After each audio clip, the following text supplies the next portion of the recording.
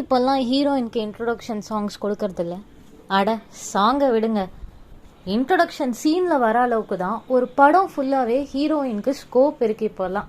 அந்த காலகட்டத்தில் வந்த படத்துலலாம் ஒரு 50-50, ஏன் ஒரு 60-40 கூட ஹீரோயின்ஸ்க்கு படத்தில் ஸ்கோப் இருந்ததுன்னு சொல்லலாம்.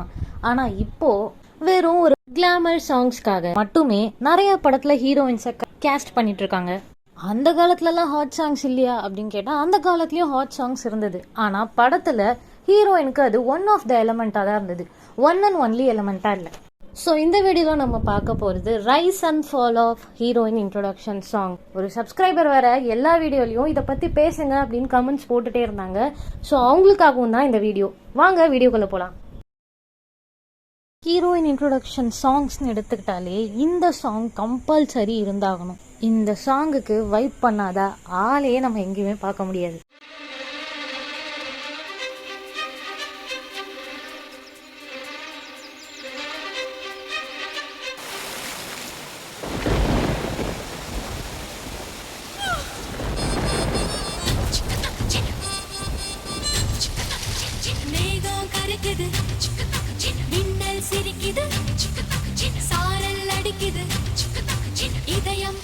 லிரிக்ஸ் கூட வேணாம், இந்த மியூசிக் இருக்கே இதுவே ஒரு தனி வைப்.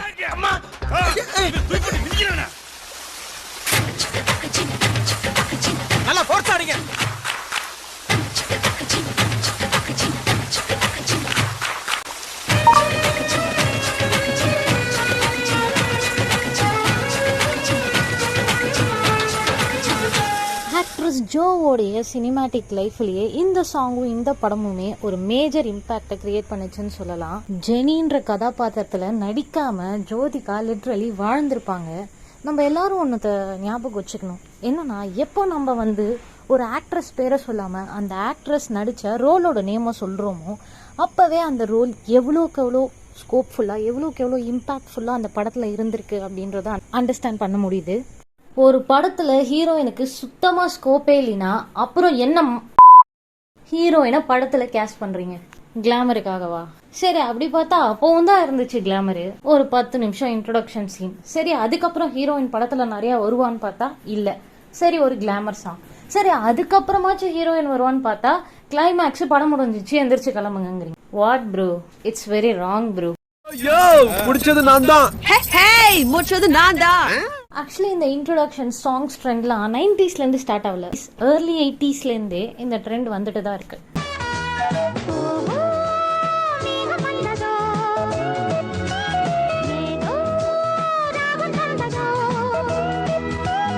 ஐ திங்க் 2010 to 14-15 வரைக்கும் கூட ஹீரோயின்ஸ்க்கு இன்ட்ரோடக்ஷன் சாங்ஸ் இருந்ததுன்னு நினைக்கிறேன். அப்புறம் சடனாக இது எங்கே ஸ்டாப் ஆச்சு, எந்த இடத்துல ஸ்டாப் ஆச்சு, ஏன் ஸ்டாப் ஆச்சு? இந்த பர்டிகுலர் ஹீரோயின் இன்ட்ரோடக்ஷன் சாங்கை பற்றி பேசுறதுக்கு முன்னாடி இந்த படத்தை எடுத்த ராஜு மேனனுக்கு ஒரு பெரிய தேங்க்ஸ் சொல்லி ஆகணும். பிகாஸ் இந்த மாதிரி ஃபீல் குட் படம், இந்த மாதிரி பிளசண்டான படம்லாம் இப்போ வரவே வராது. என்னதான் இந்த படம் ஜேன் ஆஸ்டினோட சென்ஸ் அண்ட் சென்சிபிலிட்டி நாவலை தழுவி எடுக்கப்பட்டாலும் ராஜு மேனன் இந்த படத்துக்கு கொடுத்த உயிர் இருக்குல்ல, அது அவ்வளோ அழகான ஒரு உயிர். ஐஸ்வர்யா ராயோட பீக் டைம்ல தான் இந்த மூவி ரிலீஸ் ஆச்சுன்னு சொல்லலாம். ஏன்னா 1998ல் மெகா பிளாக் பஸ்டர் ஜீன்ஸ்க்கு அப்புறம் வேற level fan base Tamil audience கிட்ட ஐஸ்வர்யா ராய்க்கு கிரியேட் ஆச்சு. அதுக்கப்புறம் 2000ல் தான் கண்டுகொண்டேன் ரிலீஸ் ஆச்சு. ஐஸ்வர்யா ராய் தன்னோட மற்ற படங்கள்ல நடிச்ச ரோலை விட இந்த படத்துல நடிச்ச மீனாட்சின்ற ரோலு அன்அப்பாலஜெட்டிக்கலி பியூட்டிஃபுல்னு சொல்லலாம். இந்த படத்துல பாரதியார் கவிதைகள், பாரதிதாசன் கவிதைகள் நிறைய கவிதைகள் பத்தி சொல்லியிருப்பாங்க. ஆனா ஐஸ்வர்யா ராயவே ஒரு கவிதை மாதிரி காமிச்சிருப்பாங்க.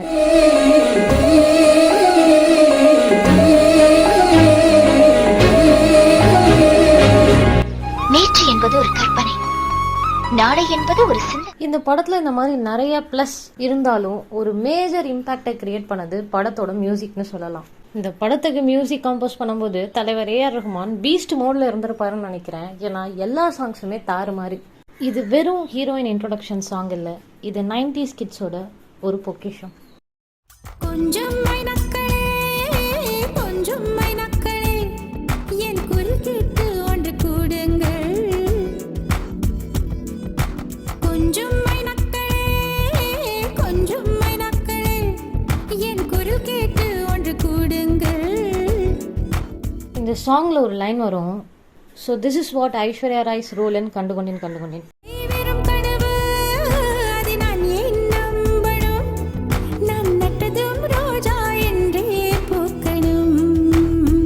டாப் ஹிந்தி ஆக்ட்ரஸோட ஃபர்ஸ்ட் எவர் தமிழ் டெபியூ ஃபிலிம்லயே இப்படி ஒரு இன்ட்ரோடக்ஷன் சாங் அமைஞ்சது செம்ம லக்குன்னு சொல்லலாம். அதுவும் இதுல ஏஆர் ரஹ்மானோட கம்போசிஷன் இருக்கே பா.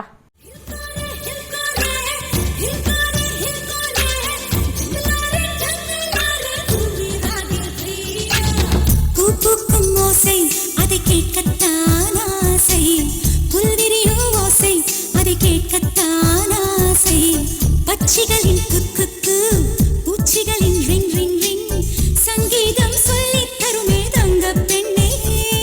அப்போல்லாம் சன் மியூசிக் இசை அருவி சேனல் ஆன் பண்ணால் போதும், இந்த பாட்டு டெய்லியுமே ஓடிட்டுருக்கும். ஹீரோயின் இன்ட்ரொடக்ஷன் சாங் அப்படின்னாலே ஒரு ஹை டெம்போவில் இல்லை ஒரு குத்து சாங் அந்த மாதிரி இல்லாமல் ப்ளசண்ட்டாக ஒரு சாங். ட்விட்டரில் எப்போவுமே எதனா ஒரு அண்டர் ரேட்டட் சாங்கோ இல்லை எதனா ஒரு 90s சாங்கோ 80s சாங்கோ போஸ்ட் பண்ணி they don't make songs like this anymore அப்படின்னு போடுவாங்க. அந்த ட்ரெண்டில் நான் இந்த பாட்டை ப்ளேஸ் பண்ணுறேன்.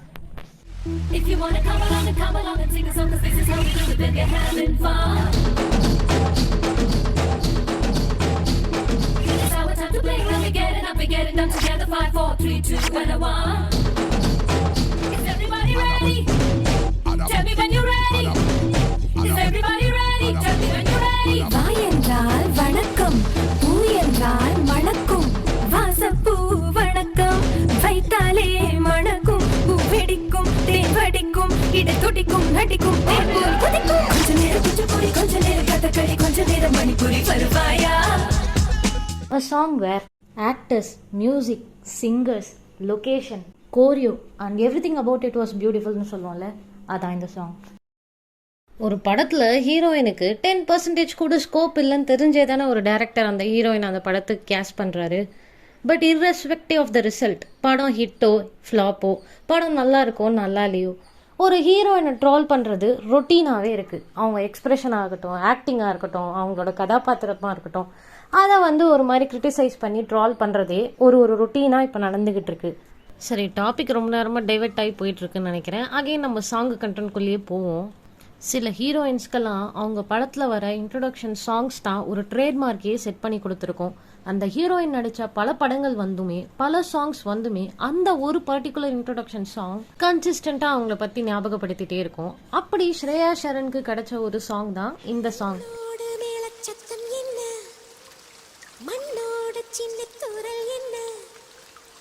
எங்கேதான் சென்றாயோ இப்போது வந்தாயோ, சொல்லாமல் வந்தது போல் இல்லாமல் போவாயோ, தப்பாமல் மீண்டும் சந்திப்பாயோ, நீ வரும்போது நான் மறைவேனா. இந்த பாட்டு இன்னும் ஒரு 2 வெர்ஷன்ல கூட இருக்கு. But Shreya literally outplayed all the versions of this சாங்னு சொல்வேன். குழந்தை போல என்னோட தலைகள் கையில் மலையை ஏந்தி கொள்க, கடவுள் தூவும் திரவம் பூவாக நீ வரும்போது நான் மறைவேனா. ஆஹா, நீ வரும்போது நான் மறைவேனா. இந்த படம் அந்த டைம்ல ஒரு பிளாக் பஸ்டர் ஹிட் கொடுத்த படம்னு சொல்லலாம். இது ஒரு ஆக்ஷன் பேக்டு படமாக இருந்தாலுமே படத்தில் காமெடி, ரொமான்ஸ், கலாட்டா, அதுக்கப்புறம் ஹீரோயினுக்கு இந்த படத்தில் கொடுத்த ஸ்கோப் எல்லாமே ரொம்பவே அழகாக இருக்கும். இந்த படத்தோட ஹீரோயின் யாருன்னா நம்ம சிம்ரன். இந்த படத்தில் வர இன்ட்ரொடக்ஷன் சாங்குமே ரொம்பவே அழகாக இருக்கும். சிம்ரனை ஒரு ஆர்த்தடாக்ஸான அக்ரஹாரத்து பெண்ணாக காமிச்சிட்டு அப்படியே கட் பண்ணி இந்த சாங்கை காமிப்பாங்க. டியூட், we have 2 faces அப்படிங்கிற மாதிரி. இந்த சாங்குமே சன் மியூசிக்கில் அடிக்கடி ஒளிபரப்பாகக்கூடிய ஒரு சாங்கு. ஒரு சில ஹீரோயின் இன்ட்ரொடக்ஷன் சாங்ஸ் எல்லாம் கேட்கும்போது நம்மளே நம்மளை ஒரு டெலிவிஷன் ஸ்டேட்டுக்கு கொண்டு போய் இதெல்லாம் நமக்காகவே எழுதுன மாதிரி இல்லை அப்படின்னு யோசிச்சுப்போம். அதில் இது ஒன் ஆஃப் த சாங். ஒரு ஊரில் அழகே உருவாய் ஒருத்தி இருந்தாளே, அழகுக்கு இலக்கணம் எழுத அவளும் பிறந்தாளே, அவள் பழகும் விதங்களை பார்க்கையிலே பல வருட பரிச்சயம் போல் இருக்கும், எதிலும் வாஞ்சைகள் தான் இருக்கும், முதலாம் பார்வையிலே மனதை ஈர்ப்பாளே, முதலாம் பார்வையிலே மனதை ஈர்ப்பாளே. இந்த லிரிக்ஸுக்கு ஏற்ற மாதிரியே இந்த பாட்டில் ஜோதிகாவை அவ்வளோ அழகாக காமிச்சிருப்பாங்க.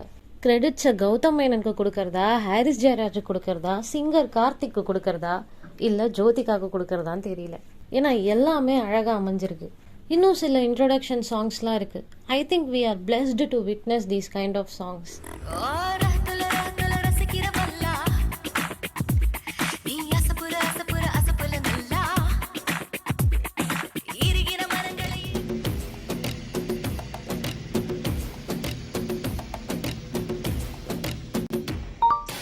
அழகு எல்லாம் அவள் இவளது ஸ்டைலா, சந்தன வேலா இவள் மன்மத புயலா, அடடா பூவின் மாநாடா, ஓ, ஓ, ஓ, அழகுக்கு இவள் தான் தாய் நாடா.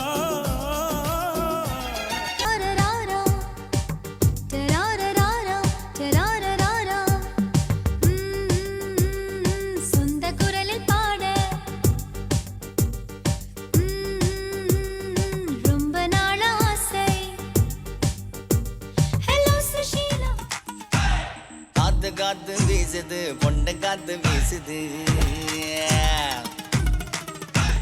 பார்த்து பார்த்து வீசுது, என்ன பார்த்து வீசுது. பாக்குறா அத்த வைக்க பாக்குறா, நிக்கிறா நெஞ்ச தூக்கி நிக்கிறா, புக்குறா போகும் போத புக்குறா, வாங்குறா எங்க மூச்ச வாங்குறா.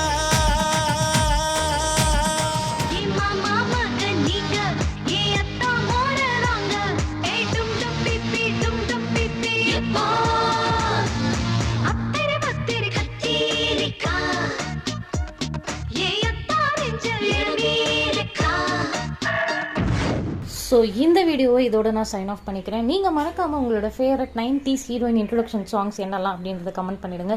நான் எதனா சாங்ஸை மிஸ் அவுட் பண்ணியிருந்தாலோ இல்லை எதனா சாங்ஸ் பற்றி பேசணும் அப்படின்னு இருந்தாலோ இந்த வீடியோவில் கமெண்ட் போட்டிங்கன்னா என்னோட நெக்ஸ்ட் வீடியோவில் நான் அதை கவர் பண்ணுவேன். அடுத்த வீடியோவில் இன்னொரு பெட்டரான கண்டென்ட்டோட உங்களை வந்து மீட் பண்ணுறேன். டில் தென் பாய்.